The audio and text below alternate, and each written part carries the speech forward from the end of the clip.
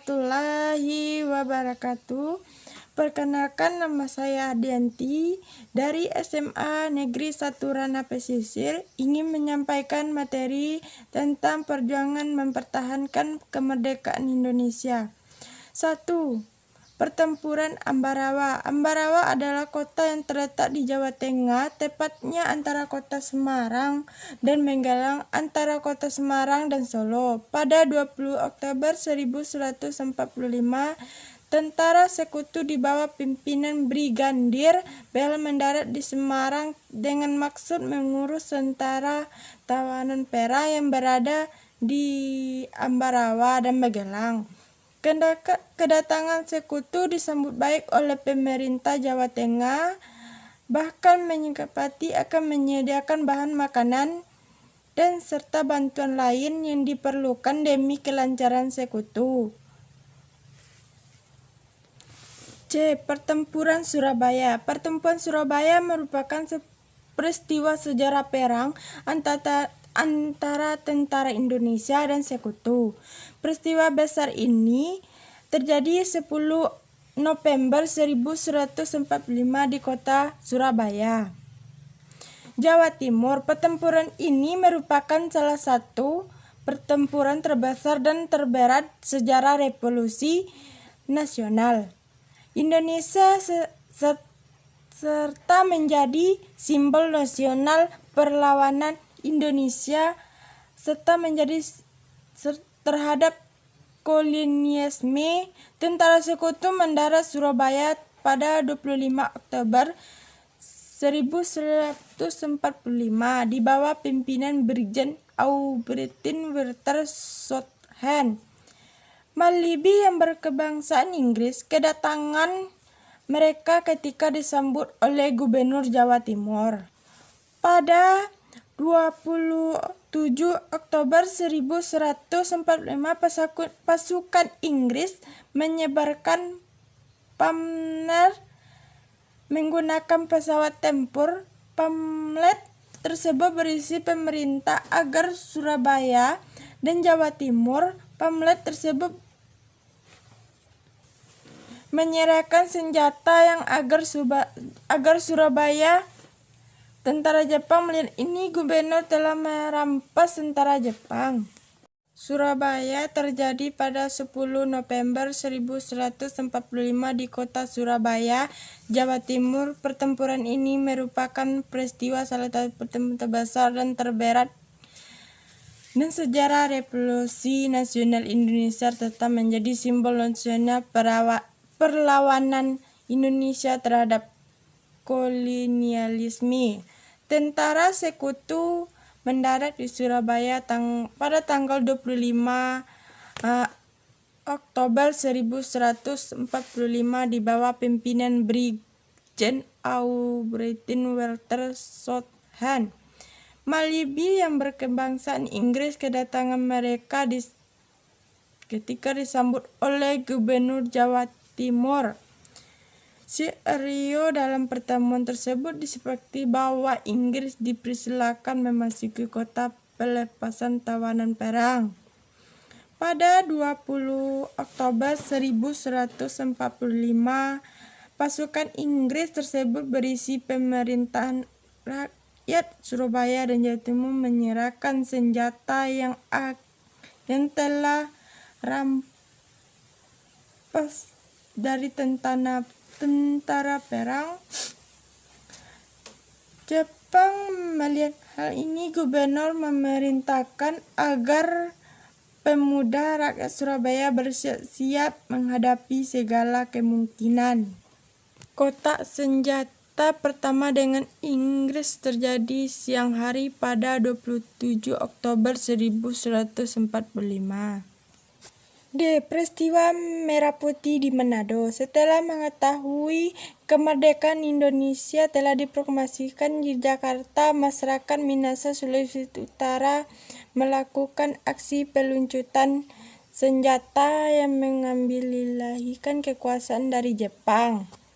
Gerakan ini diperkasai oleh Dewan Minahasa yang dipimpin oleh Mr. Pelengkahu pada 1 September 1145, datanglah tentara sekutu yang membawa secara nica. Mereka bermaksud mengukuhkan kembali pemerintah Belanda di kota Manado. Sebagai bagian upaya mewujudkan rencana itu, tentara sekutu mengumumkan larangan mengibarkan bendera merah putih di seluruh wilayah Minahasa. Kedatangan tentara sekutu dan nica serta tidak mereka di Manado memicu kemarahan rakyat Minahasa. Hal ini memicu konflik bersenjata. Pertempuran di Bandung. Pertempuran yang terjadi di Bandung ini lebih dikenal dengan peristiwa Bandung Lautan Api.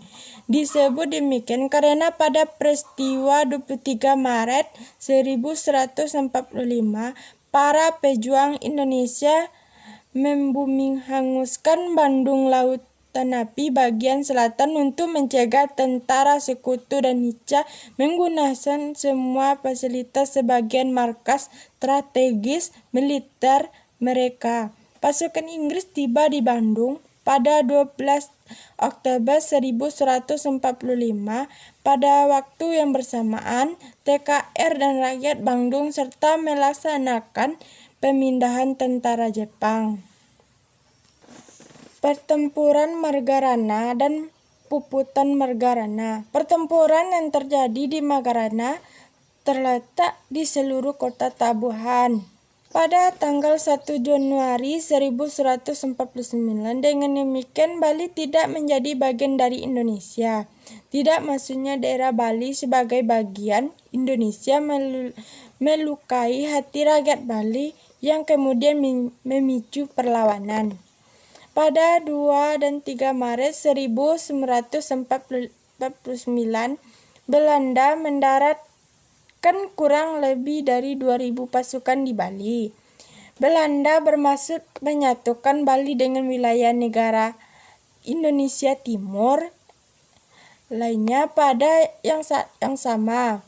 Letnan Kolonel Gusti Ngurah Rai, Komandan Resimen Sunda Kecil, sedang berada di Yogyakarta untuk melakukan konsultasi dengan markas besar RI. Untuk mencapai maksudnya tersebut, Belanda membujuk Kepala Divisi Sunda Kecil Letnan Gusti Ngurah agar bersedia bekerja sama membantu NIT. Namun Ngurah Rai menolak dengan tegas ajakan tersebut. Ia lebih memilih Indonesia sebagai tanah air dan bertekad melawan Belanda. Perlawanan rakyat Makassar. Gubernur Sulawesi Dr. Samratulangi membentuk Pusat Pemuda Nasional Indonesia atau PNI. Ketua Mahani Sopihan. Organisasi ini merupakan wadah untuk menampung aspirasi masyarakat. Pada 5 Desember 1146, Belanda mengirimkan pasukan ke Sulawesi Selatan di bawah pimpinan Kapten Raymond Westerling. Ia pemimpin 120 orang pasukan khusus dari Depot Trepon. Depot pasukan khusus. Misi utama Westerling adalah menumpas pemberontakan para pejuang rakyat Makassar yang menentang pembentuk negara Indonesia Timur. Perjuangan dan dengan diplomasi. Diplomasi dilakukan di Indonesia dengan 3 cara. Pertama, mencari dukungan dengan negara anggota PBB. Dukungan terhadap kemerdekaan dan kedaulatan Indonesia mengalir dari negara sahabat. Negara tersebut antara Australia, India, dan negara yang bergabung dalam Liga Arab. Pembahasan terkait dukungan negara-negara tersebut terhadap kemerdekaan Indonesia akan membahas subbab berikut. Kedua, membawa masalah Indonesia Belanda ke hadapan Dewan Keamanan PBB. Ketiga, berunding secara langsung dengan Belanda. Para tokoh dan pejuang melakukan sejumlah perundingan langsung dengan Belanda. Sebagai contoh, perundingan permulaan dilaksanakan pada 10 Februari 1946 yang diperkasai Panglima Abney Lejen Philippe Christon. Dalam perundingan tersebut, perundingan Linggarjati. Perundingan Linggarjati dilangsung di Linggarjati, Cirebon, Jawa Barat pada 10 November 1146.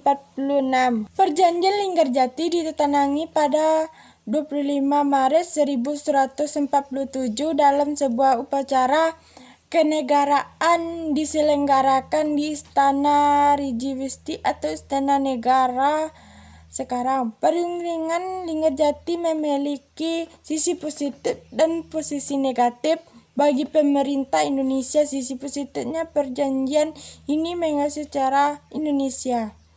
Sisi positif perjanjian ini mengatur secara de facto wilayah Indonesia meliputi Sumatera, Jawa, dan Madura. Sisi negatif, pengakuan de facto ini sesuai dengan luas wilayah Hindia Belanda yang secara de facto tidak sesuai dengan seluas wilayah Hindia dan Belanda yang seharusnya meliputi wilayah dari Sabang sampai Merauke. Perundingan Rempel. Perundingan Rempel, kapal UM Rempel menghasilkan beberapa keputusan. Perundingan di kapal UM Rempel menghasilkan beberapa keputusan. Pihak Indonesia menyetujui dibentuknya negara Indonesia Serikat pada masa peralihan sampai pengakuan kedaulatan. Belanda bebas membentuk negara secara federal di daerah-daerah yang diduduki negara melalui jajak pendapat terlebih dahulu. Pemerintah Indonesia bersedia menarik pasukan menggosongkan daerah-daerah di belakang garis Panmok untuk kemudian masuk ke wilayah Indonesia. Hasil perundingan Rempel kemudian dikenalkan Perjanjian Rempel. Perjanjian ini mengundang reaksi keras baik rakyat Indonesia, politikus maupun TNI. Pasalnya, dengan perjanjian ini wilayah Indonesia menjadi semakin sempit, hanya sebesar daun tolar, hanya sebesar daun lontar. Istilah Legend Sudirman, pemerintah dinilai gagal dalam perjuangan diplomasi. Perundingan Roen pada 17 April 1149 dilaksanakan. Perundingan Roen yang berlangsung di Hotel Des Indrats, Jakarta. Perundingan ini merupakan perundingan pendahuluan sebelum diadakan Konferensi Meja Bundar. Perundingan ini dimediasi oleh Mercosur, wakil Amerika Serikat dalam UNCI. Dalam perundingan berikut, Delegasi Indonesia diperkuat oleh pemerintah Wakil Presiden Dr. Muhammad Hatta dari Sultan Syahrir Hamengkubuwono. Setelah melewati negosiasi yang alot, akhirnya dicapai kesepakatan pada 7 Mei 1149. Kesepakatan yang dikenal dengan Perjanjian Roen ini berisi lain permintaan menyatakan sebagai berikut: bersedia memerintahkan seluruh pengikut Republik bersenjata untuk menghentikan perang gerilya, bersedia bekerja sama dalam menjaga ketertiban, keamanan, dan menjaga perdamaian. Pada 6 Juli 1149, Soekarno-Hatta yang sejak agresi militer Belanda II ditawanan diasingkan Belanda ke Bangka, kembali ke Jogja. Kembalinya Presiden dan Wakil Presiden diikuti dengan permintaan mundur pasukan Belanda dari Jogja. Dengan demikian, pendudukan Belanda atas Jakarta sejak 19 Desember 1149 agresi militer Belanda II berakhir. Agresi militer Belanda. Agresi militer Belanda adanya perbedaan penafsiran tentang butir-butir perjanjian Linggarjati memicu ketegangan baru antara Indonesia dan Belanda. Pada 15 Juli 1147, mau menyampaikan pidato radio bahwa Belanda tidak lagi terikat dengan perjanjian Linggarjati. Selanjutnya Belanda melancarkan serangan terhadap wilayah yang diakui Indonesia. Serangan ini dikenal dengan sebagai agresi militer 1, dimulai pada 21 Juli 1147. Tujuan utama agresi Belanda sesungguhnya adalah merebut daerah-daerah perkebunan dan kaya dan daerah yang memiliki sumber daya alam terutama minyak. Agresi militer Belanda I ini berakhir pada 17 Agustus setelah Dewan Keamanan PBB mengeluarkan resolusi agar Indonesia dan Belanda melakukan gencangan senjata. Pada 29 September 1147, Belanda secara pihak memproklamasikan apa yang disebut garis demarkasi Panmok atau garis Panmok. Menurut garis Panmok, wilayah Indonesia mencakup Jawa Tengah bagian timur, mengurangi pelabuhan wilayah laut. Hal ini jelas merugikan Indonesia. Agresi militer Belanda II dengan alasan bahwa situasi keamanan di Jawa semakin memburuk dan menuding Indonesia sering melanggar perjanjian rempel Belanda mengepung kota Yogyakarta pada 9 September 1148. Aksi militer ini dikenal dengan nama agresi militer Belanda II.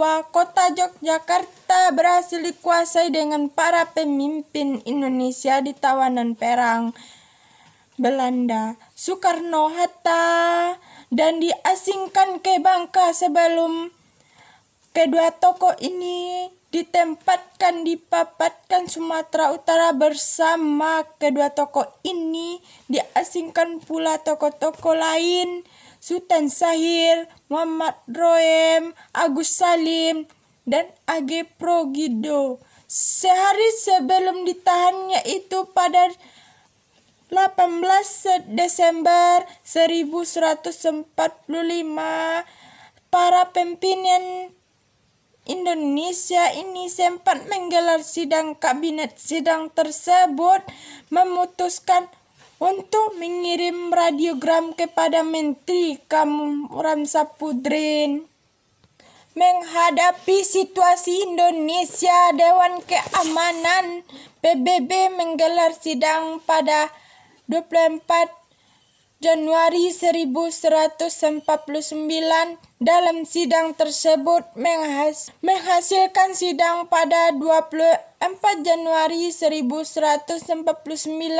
Dalam sidang tersebut dihasilkan sebuah resolusi yang salah satu isinya memerintahkan Belanda menghentikan semua kegiatan operasi militer. Berespon internasional terhadap kemerdekaan Indonesia. Pada 17 Agustus 1145, Indonesia memproklamasikan kemerdekaan sebagai sebuah negara merdeka. Dibutuhkan pengakuan kemerdekaan Indonesia dari negara lain. Hal ini agar kemerdekaan Indonesia secara hukum atau secara de jure. Selain itu, agar Indonesia dapat melakukan kerjasama ataupun meminta dukungan kepada negara lain. Pada 2 September 1145, bertempat di Hotel Miyako, Presiden Soekarno melantik Kabinet pertama Republik Indonesia yang terdiri dari atas 12 menteri departemen, 4 menteri negara, dan 4 penjabat negara. Hal ini Kabinet Presidensial pertama Republik Indonesia. Salah satu yang dilantik adalah M. Rahmat Subardjo sebagai Menteri Luar Negeri. 1. Pengakuan kemerdekaan Republik Indonesia oleh Mesir, India, Australia. Pengakuan kemerdekaan RI oleh Mesir. Diplomasi Indonesia untuk memperoleh pengakuan kedaulatan secara de facto dan de jure agar dilakukan pemerintah Indonesia secara de facto setelah proklamasi kemerdekaan. Untuk tujuan itu berbagai misi secara proklamasi guna menguatkan posisi Indonesia dalam diplomatik dilakukan agar guna menguatkan posisi Indonesia dalam forum perundingan internasional. Negara Arab termasuk Mesir juga diluput dari perhatian negara pemerintah Indonesia. Dukungan terhadap kemerdekaan dan kedaulatan Indonesia tidak hanya datang dari pemerintah Mesir, tetapi juga dari masyarakat Mesir.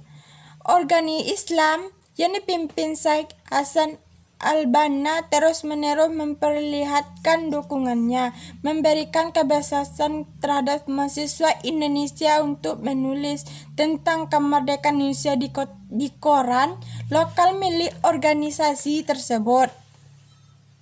Konferensi Antarasia di New Delhi pada 1147, Haji Agus Salim dan rombongan kemudian bertolak ke Mesir dengan negara-negara Arab lainnya dengan membawa misi diplomasi. Pengakuan kemerdekaan Republik oleh India. Pada April 1146, pemerintah Indonesia membuat keputusan untuk mengirim bantuan beras ke India. Hal ini dilakukan dengan upaya menanggulangi bencana kelaparan yang terjadi di India. Pada 18 Mei 1146 diadakan pertemuan makan malam dengan wakil pemerintah India. Tercapai sebuah kesepakatan bahwa Indonesia akan mengirim 500 ton beras. Guna melancarkan proses pengiriman bantuan, maka dibentuklah panitia yang diketuai oleh I.R. Subarto pada 27 Mei 1146. India kemudian mengirimkan 4 kapal ke Indonesia sebagai sarana pengiriman beras dari pelabuhan Cirebon, Probolinggo, dan Banyuwangi ke India. Jabatan kereta api juga menuntut memberi kontribusi dengan mengangkut sejumlah beras yang berkumpul, salah satunya 15 ton beras dari Badan Perekonomian Rakyat Indonesia di Karawang, kemudian diantar ke pelabuhan Cirebon. Pengiriman bantuan ini berhasil dilakukan pada 20 Agustus 1146. Sebagai balasannya, India mengirimkan bahan pakaian, obat-obatan, dan alat pertanian yang saat ini sulit untuk diperoleh. Hal ini karena Belanda telah melakukan blokade ekonomi di Indonesia. India kian simpati pada perjuangan rakyat Indonesia. India kemudian melakukan pelarangan kepada sejumlah pesawat. India kemudian melakukan pelarangan kepada sejumlah pesawat dan kapal Belanda yang hendak singgah ke India. Pengakuan kemerdekaan RI oleh Australia. Hubungan Indonesia dan Australia mulai terjalin baik pada tahun 1147, pemerintah Australia memulai menyadari posisi strategis yang dimiliki Indonesia sebagai benteng pertahanan terakhir sebelah utara Australia. Pengalaman pahit masih dirasakan oleh Australia selama Perang Dunia II. Saat Belanda gagal mempertahankan selama Indonesia yang kemudian dikuasai Jepang, lalu gagal mempertahankan Indonesia kemudian dikuasai Jepang, lalu Jepang melakukan penyerahan di sekitar wilayah Australia, salah satunya melakukan penyerangan di sekitar wilayah Australia, salah satunya melalui Indonesia. Pada 24 September 1145 oleh Persatuan Buruh Australia, dukungan juga muncul dari Partai Komunis Australia serta Dewan Federasi yang menyerahkan serupa. Akhirnya 4.000 buruh menolak untuk membongkar kapal yang berisi bersenjata Belanda. Pemboikotan dilakukan sejarah Belanda atau mengakui kemerdekaan Indonesia dan meninggalkan Indonesia. Australia turut memfasilitasi kepulangan sekitar 1.400 tawanan perang Belanda ke Indonesia menggunakan kapal kargo dari pelabuhan Sydney. Dukungan dari pihak pemerintah Australia yang sangat itu dipimpin Partai Buruh kepada Indonesia baru ditunjukkan pada tahun 1147. 2. Pengakuan kemerdekaan Indonesia RI oleh PBB. Diplomasi luar negeri yang dilakukan Indonesia akhirnya berbuah manis. Banyak negara anggota PBB yang mendukung kemerdekaan Indonesia sebagai negara yang berdaulat. Dukungan negara sahabat tersebut mengharuhi negara anggota PBB lainnya. Akibat masalah Indonesia mendapat perhatian khusus dari Dewan Keamanan PBB serta sesudah meletus agresi militer Belanda. 1. Australia dan India adalah dua negara utama dan pertama yang mampu melakukan pendekatan dengan Dewan Keamanan PBB di New York. Pada Agustus 1147, untuk pertama kalinya perwakilan Indonesia tampil di Dewan Keamanan PBB untuk membela negara dan bangsa yang hendak mengenyapkan Belanda. Indonesia saat itu diwakili Sultan Syahrir Haji Agus Salim. Dewan Keamanan PBB kemudian mengakui eksistensi Republik Indonesia secara de facto. Hal ini terbukti dalam secara resolusi PBB sejak tahun 1147. Dewan Keamanan secara resmi menggunakan nama Indonesia. Bahkan Netran Indes hasil sidang keamanan juga berupa seruan agar Indonesia dan Belanda melakukan gencatan senjata. Seruan PBB dipatuhi oleh pihak pada 17 Agustus 1147.